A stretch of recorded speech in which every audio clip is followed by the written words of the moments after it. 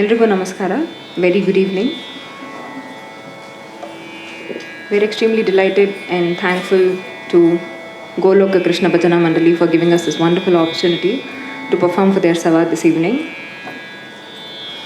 Since we're still awaiting our Mridangam artist, we will just start with a couple of compositions.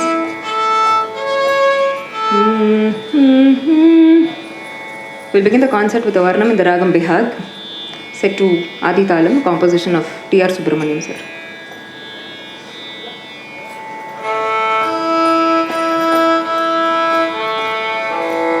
Vanajaksha ninanenam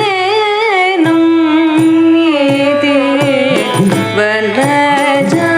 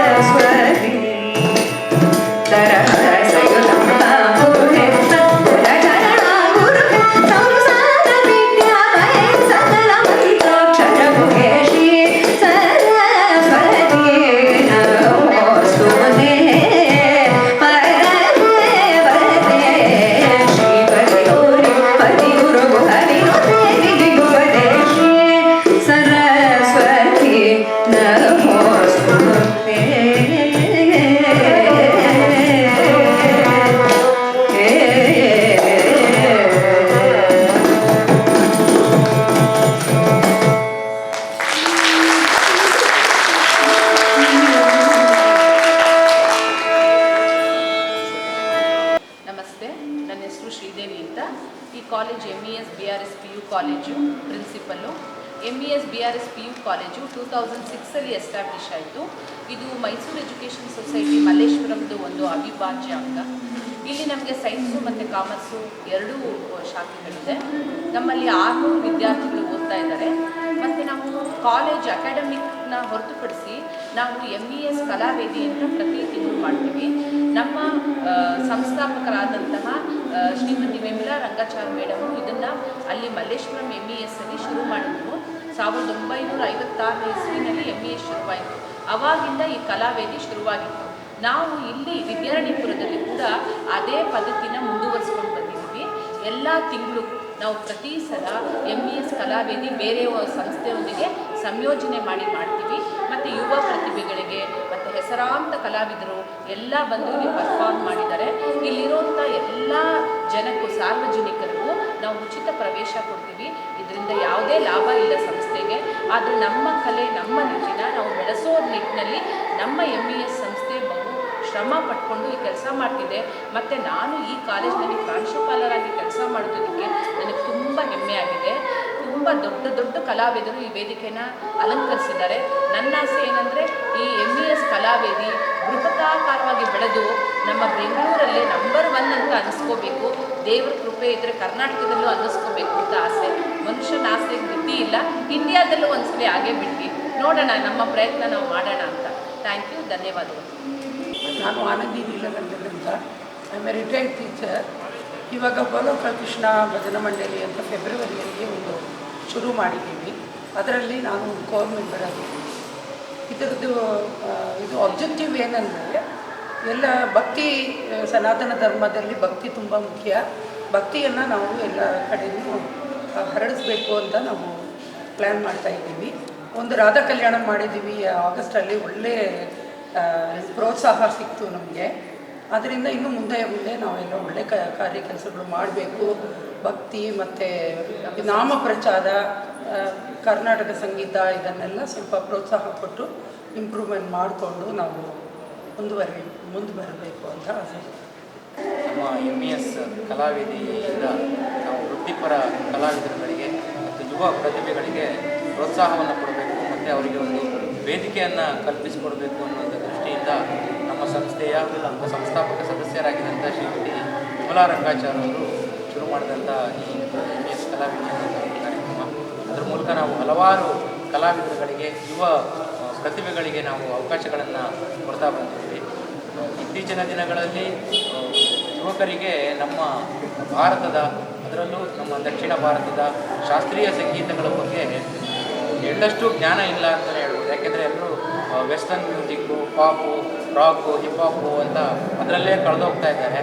ಆದರೆ ನಮ್ಮ ಶಾಸ್ತ್ರೀಯ ಸಂಗೀತದ ಬೆಲೆ ಏನು, ಮೌಲ್ಯಗಳೇನು ಅನ್ನೋದನ್ನು ತಿಳಿಸ್ಕೊಡೋದು ಕೂಡ ನಾವು ಈ ಕಾರ್ಯಕ್ರಮದ ಮೂಲಕ ಅದನ್ನು ನಾವು ಒಂದು ಧ್ಯೇಯವಾಗಿಟ್ಕೊಂಡು MES ಕಲಾವೇದಿಯ ಮೂಲಕ ಕಾರ್ಯಕ್ರಮಗಳನ್ನು ಆಯೋಜನೆ ಮಾಡ್ತಾ ಇದ್ದೀವಿ.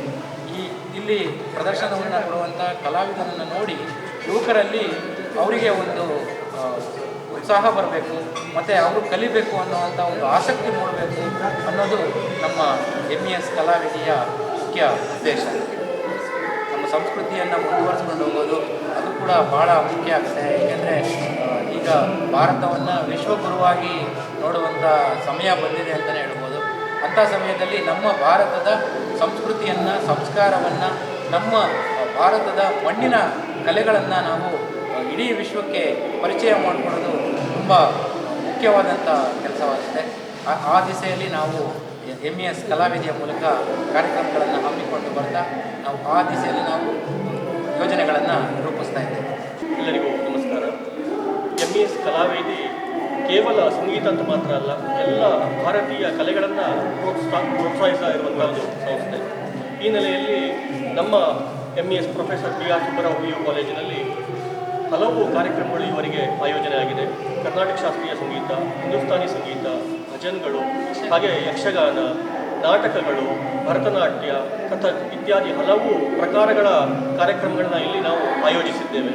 ಇನ್ನು ಮುಂದೆ ಕೂಡ ಹೀಗೆ ವಿಭಿನ್ನ ಕಾರ್ಯಕ್ರಮಗಳ ಆಯೋಜನೆಯ ಯೋಚನೆ ಇದೆ.